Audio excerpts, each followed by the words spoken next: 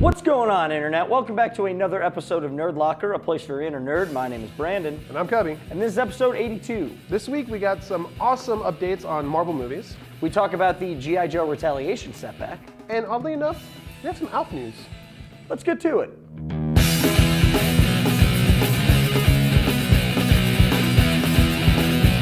We have got some Marvel movie news for you. Oh, yes we do. If you guys, first off, I need to start this right now. Spoiler alert, if you haven't seen the Avengers, you're really messing up if you haven't seen the Avengers at this point in your life. This is a fact. This is a fact, so watch the rest of the video, but don't watch this part because we're going to ruin some stuff. Thanos shows up at the end of Avengers, right? So everyone thought he was going to be the main villain in Thor 2. In all his purple glory. In all his purple glory, court and death. Everyone thought he was going to be the bad guy in Thor 2. That is not the case, actually. Kevin Feige went on to say that it's going to be someone else, another major villain within the universe. So, the big rumors right now is that it's going to be Enchantress. Ooh. But they have talked about showing all of Asgard in this movie, not just the palaces, and they really left it open that and the hoods and stuff. Yes, the barrios of Asgard, they're really terrible. Yeah, They're scary places. They're not scary. All barrios are scary. That really leaves it open to anyone. I mean, you could choose from not just the Asgardians, but I mean, Enchantress would be cool. It would be very cool, and that's someone that's very powerful. But yeah, well, we'll have to see. And in Iron Man 3 news, the budget went from 140 million to 200 million off of the success of the Avengers movie. That's a huge pay increase. Yeah, and it's no surprise, really. Yeah, right. One cool thing about this, it's not just a free $60 million. Marvel's told the crew, you can't make a better Iron Man movie. You need to make the best Marvel movie. Not Iron Man, Marvel movie. They're like, hey, Avengers was cool. Here's some money. You need make it count. Get better than that, which I think they could do. I think Shane Black can definitely do it. I'm really excited for Shane Black to do this. And I know a lot of people are a little weird on Shane Black after, Jon Favreau did the first two.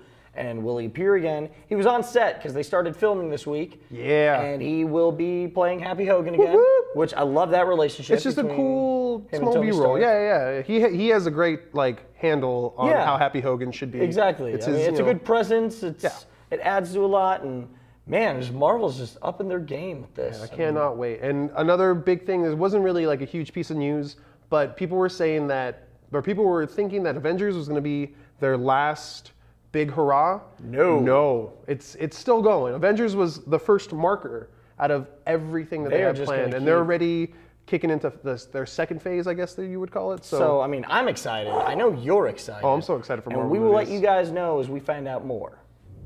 So we have some really big news in the world of the Robocop reboot.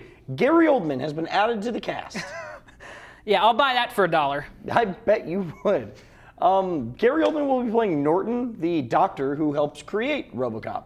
Yeah, and of course he's got some conflicting opinions about, reanimating the dead and all that. So. But I mean, I'm stoked on this. It's Gary Oldman in a Robocop movie, and this character he's playing wasn't in the original Robocop. So yeah, there was this emotional scientist that kind of felt bad, but we never really saw much about her. Yeah. And Gary Oldman being cast as that character means it's going to be you're going to get a lot more from that character. So I mean, I'm stoked for this. Yeah, I'm stoked for that. But what I'm really excited for is hopefully for the scene where Robocop watches his ex-wife in the shower.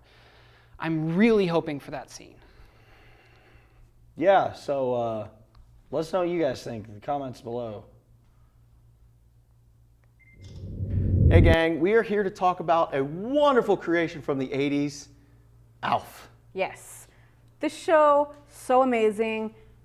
Most of you probably haven't seen it, but you definitely need to pick out a couple seasons on DVD. It's probably on Netflix also. But this is a show about an alien life form who crash lands in the suburbs of Chicago, and his family takes him in. And it's really interesting because what they're really playing on is the total fish out of water, except it's an alien analyzing these weird things in the 80s. Yeah, and it's like, I always made kind of a connection between this and the Harry and the Hendersons movie, if you haven't seen that. It's the whole kind of xenophobia deal, people being afraid of immigrants, aliens, especially around the times of the Cold War, and that was a big topic. Yeah, and the space race and all of that. it kind of plays off of all of those emotions but the greatest part of the show for me was the sense of humor of Alf and just the show, the writing in general. So it'll be interesting to see whether they bring that humor back, which makes sense because if you look at like Smurfs and Alvin and the Chipmunks and stuff, it's all corny senses of humor. And I feel like it would translate better with this show because that's what it started out with, you know? And that's one of the things that creator Paul Fusco said when he was saying that they're going to make a movie out of it is one, it's the perfect time to bring it back with all these other creations from the 80s that are coming back. And two, there's a world of topics that have completely changed since we last saw Alf. So it would be interesting to see him tackle these things. And like you said, I hope it's in a humorous way. Yeah, definitely. And I hope to see him eat a lot of cats. So we got some interesting G.I. Joe news, and by interesting, it's confusing beyond all belief. They pushed back the premiere of the movie an entire 9 months. Yeah, it supposedly is for 3D rendering. 9 months for 3D rendering? That doesn't make any sense to me. Honestly, we all know that it doesn't take that long. I mean, Clash of the Titans high. I mean, they must have did that in 3 days. Yeah, really. Something Maybe like they that. should have spent some more time. Yeah, well, maybe they're learning from Clash of the Titans. But yeah, 9 months pushed back. What's going to happen in its stead is that Ted's getting moved up into its slot. Which I actually see as a good thing. I want to see that stoner teddy bear so bad.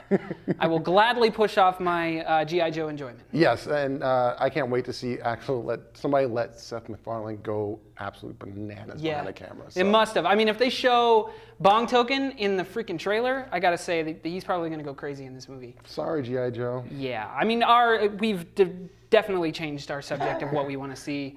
G.I. Joe, this is really not news to us. Sorry. Who cares? 3D rendering? Really? Really?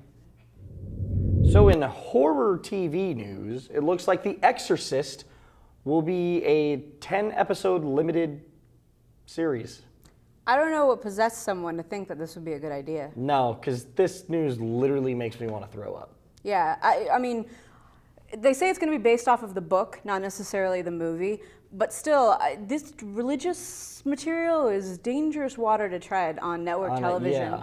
So I'm curious as to see like how they will tackle that. Plus, you know, it's got to be gory if it's Exorcist. It really has to be. And I mean, from watching The Exorcist in a movie format, thinking about it going into a television 10 episodes, that sounds like a stretch. Yeah. I mean, I feel like there's going to be a lot of filler in that. Right, you're going to get a lot of like Reagan or the character that they choose to focus on.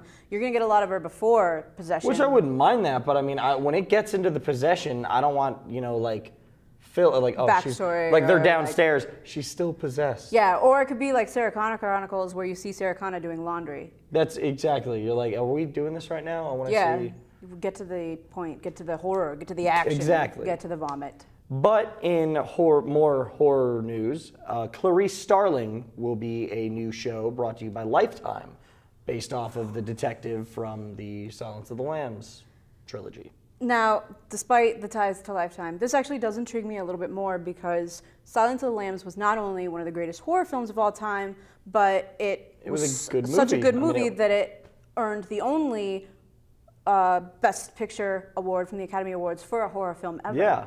So there's something there. There's a story there, and Clarice is such a rich character and she goes through so much in just the movies. I can definitely see this becoming a great show. I can see you doing a lot more with this, but Yeah. it's just the Lifetime tag has me a little iffy on it. Yeah, they're supposed to be covering Clarice's story between Silence of the Lambs and Hannibal. So maybe she marries an FBI agent, he beats her, she 'Cause it's gets into Lifetime. drugs, has kids, and then becomes a school teacher. Who knows? Now, this is not to be confused with the NBC show Lecter that will be coming out, where it takes place before Red Dragon and kind of shows Hannibal Lecter's relationship with Will Graham. Yeah, it'll be interesting to see which one actually comes to fruition and which one ends up good, Yeah. if any. Oh, I mean, let us know what you guys think in the comments below. So this week I decided to scour over my DVD collection and watch something that I've seen a million times, an extremely goofy movie. I absolutely love this movie, not for the reason that I was into skateboarding at the time that I had originally seen it, or that the X Games was awesome, or that Goofy is awesome, or that even the original Goofy movie was probably one of the best film pieces of work ever. This movie is amazing. I strongly suggest it. Therefore, it is my pick of the week. Hey guys, Cubby here, and my pick this week is Game of Thrones. Yes, I know I picked this before, but in particular, I am picking the last episode, episode 9 of the second season, Blackwater, which features the Battle of Blackwater. If you read the books, you know how crazy this thing is, how crazy it went, how crazy it gets. Go check it out. Go watch the series if you're not watching it. You seriously need to be doing this. Read the books too. You need to be reading more in your life, especially these books. Check them out. All right, guys, Brandon here with my pick this week, and it is Harley Quinn's Revenge, the new DLC for Batman Arkham City. I stayed up till it was available last night. I beat it last night. I beat it again this morning. I love it. Buy it if you played Arkham City. Hey guys, this is Haley, and my pick this week is Ian Somerhalder. He kicks ass as Damon Salvatore on Vampire Diaries. I don't care what anybody else says, and he looks great with his shirt either on or off. All right, that is going to do it for this week's episode of Nerdlocker. But until next week, be sure to check us out on Twitter, Facebook, YouTube, and nerdlocker.com for all your nerdy news. My name's Brandon. I'm Cubby. And you guys have a nerdy week.